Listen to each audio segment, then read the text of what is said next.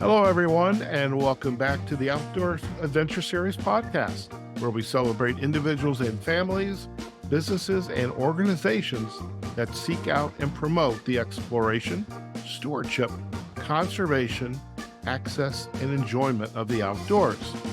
Amy Grisak is a return guest on the Outdoor Adventure Series today.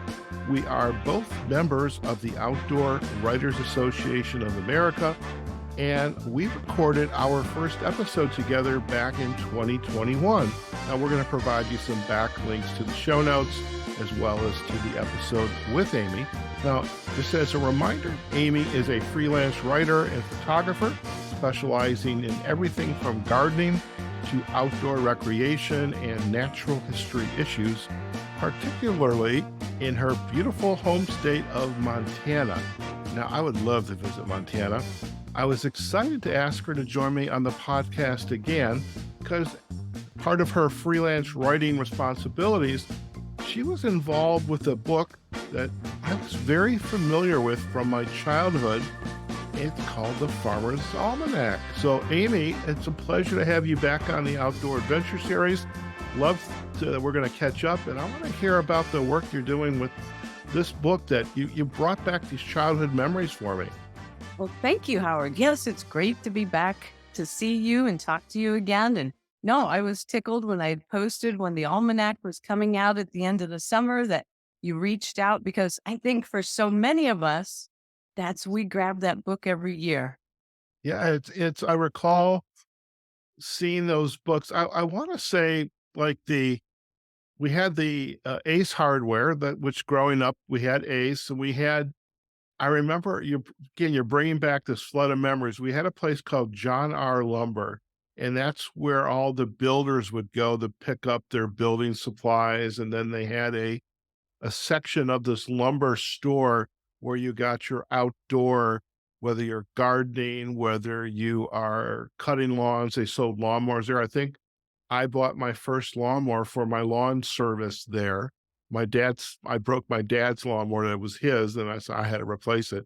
But I remember there was a stand right by the cash register, and it was the Farmers Almanac. And it's like so cool. And let's get right into that. So first off, what is the Farmers Almanac? Why is it available at certain times of the year, literally all over the country?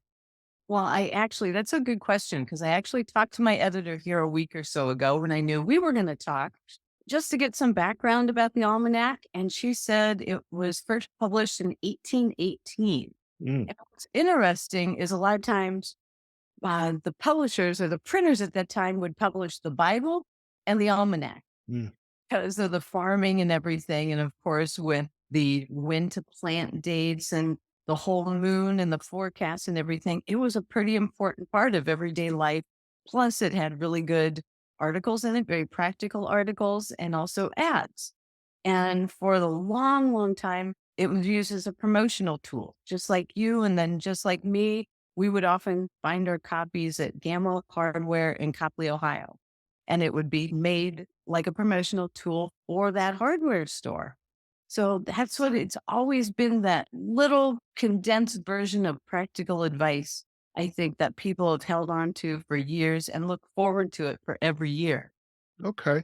Now, I'm not going to be dating myself, but I'm going to be testing what's hidden away in my vault.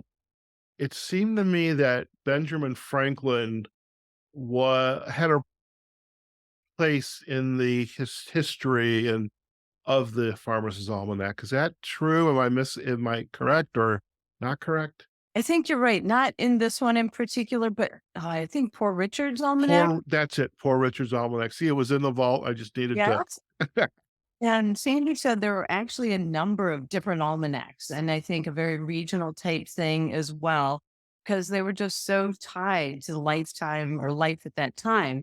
But so, yeah, that was definitely one. And it's really kind of cool as a writer to be writing for something that has been around for over 200 years now. I mean, it's mind blowing, actually. That is pretty cool. I mean, it's funny you say that because like the Outdoor Writers Association of America, and I should know this because there was a big banner when I went to the annual conference last week.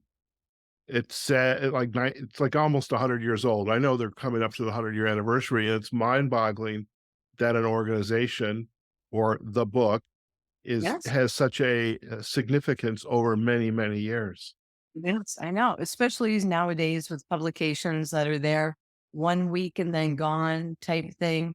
To have something with that kind of staying power I love it. I love it every year when we talk to decide what articles I'm going to write. And then when it comes out in August, I'm like, oh, yeah, that's what I wrote.